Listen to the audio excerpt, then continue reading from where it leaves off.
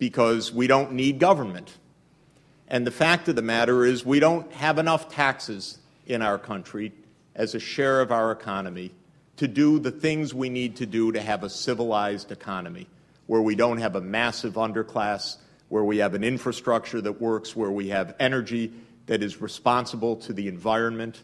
These things cost money, where we have children going to school, preschool, where we don't have the 29th rank of infant mortality rates, but actually you'd hope we could get back into the top 10 maybe. And so for this, we need funding. Now, we have the lowest tax take of all of the high-income countries in the world, because since 1980, the philosophy has been it's not patriotic to pay taxes, if I could coin a phrase. And this is an absolutely profoundly mistaken idea in our society, profoundly mistaken.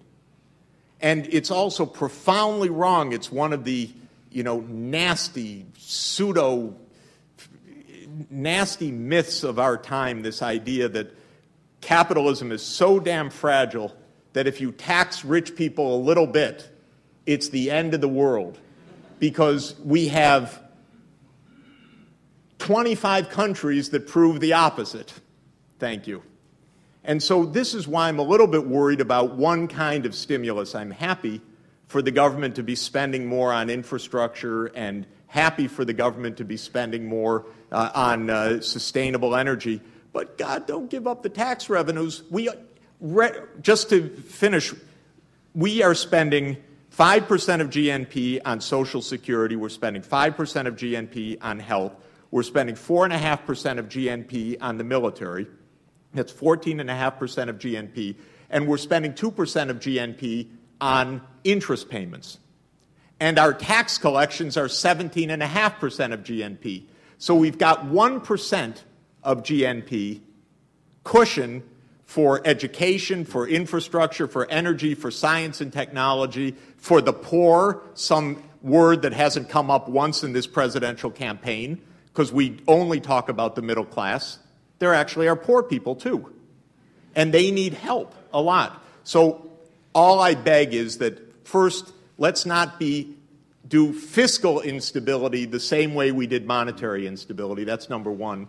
And second, please let's not give up tax rates, because we need a larger government collecting more taxes to be doing more good things as a society rather than as a group of individuals that don't like each other. In my next question, Jeff,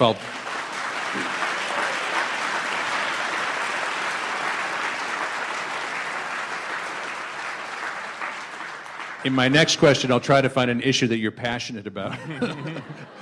But, Georgia, you had a comment about housing foreclosures here that you wanted to make. I just wanted, while I agree with the points you made, in the case of housing, to downsize the loans so that they are not larger than the value of the houses is an absolute necessity. I agree with that. Yes. It would reduce the severity of the crisis. It's difficult to achieve because it's actually unconstitutional to retroactively change the terms. So it's an almost insoluble problem. You can't sort of have a simple solution.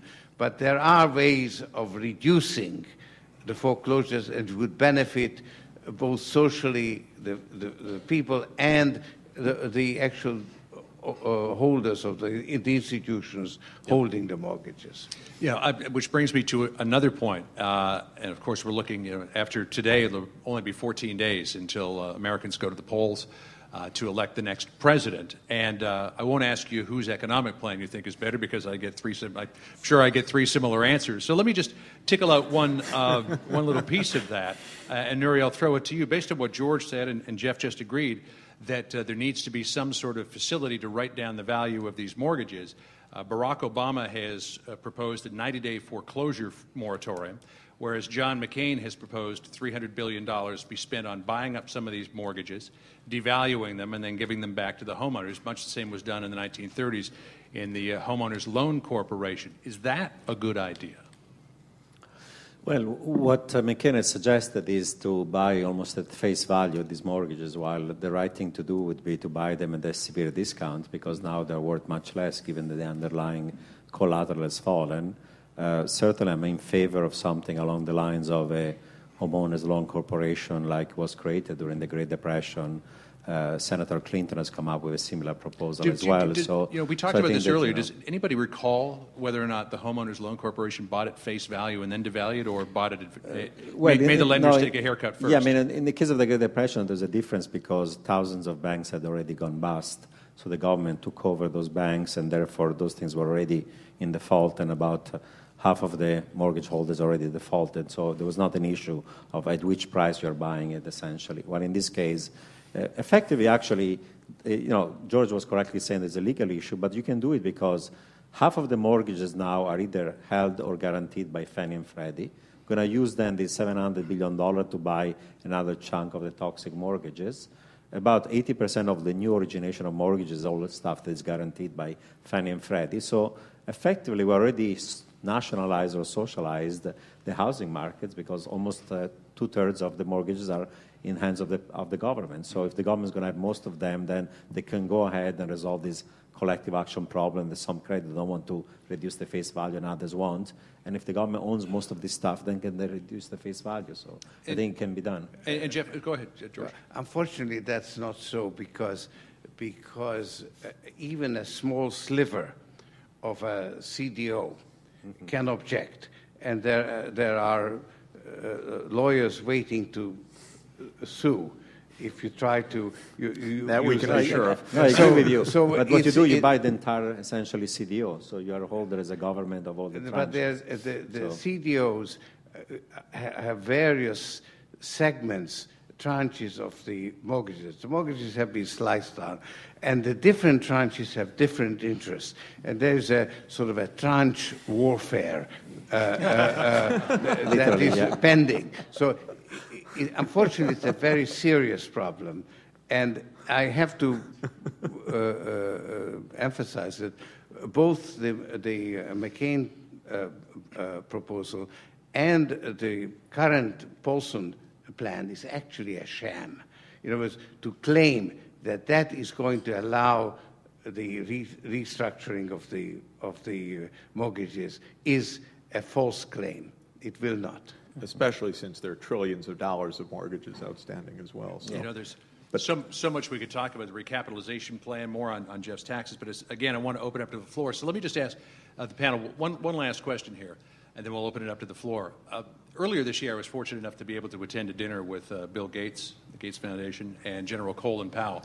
And Colin Powell said something, Jeff, that kind of came to mind at the end of your presentation here, that he hoped that the next president, whomever it may be, who occupies the Oval Office, rather than getting caught up in the crisis of the day, will be able to resist that notion, take a few moments and sit back and think about America's place in the world, particularly in this idea of global wealth creation, not just enriching America, but enriching the world as well, helping developing countries, helping Africa in particular.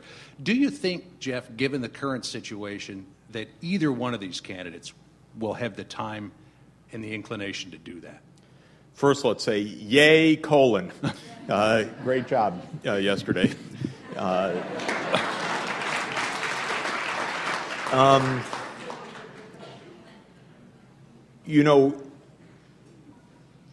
We've been out of touch with the world for a generation now. It was true in the Clinton era, just the same. Actually, the lowest levels of aid relative to national income were during Bill Clinton's years. We've not faced this issue that we're part of this world and that other than through military means for a generation. How we claw back to that is an enormously important question. My own view is that Barack Obama has the potential to be a great president because he has the skills of, I think, great leadership skills of a great teacher. In other words, we need a leader that explains why this is important. It's not impossible for us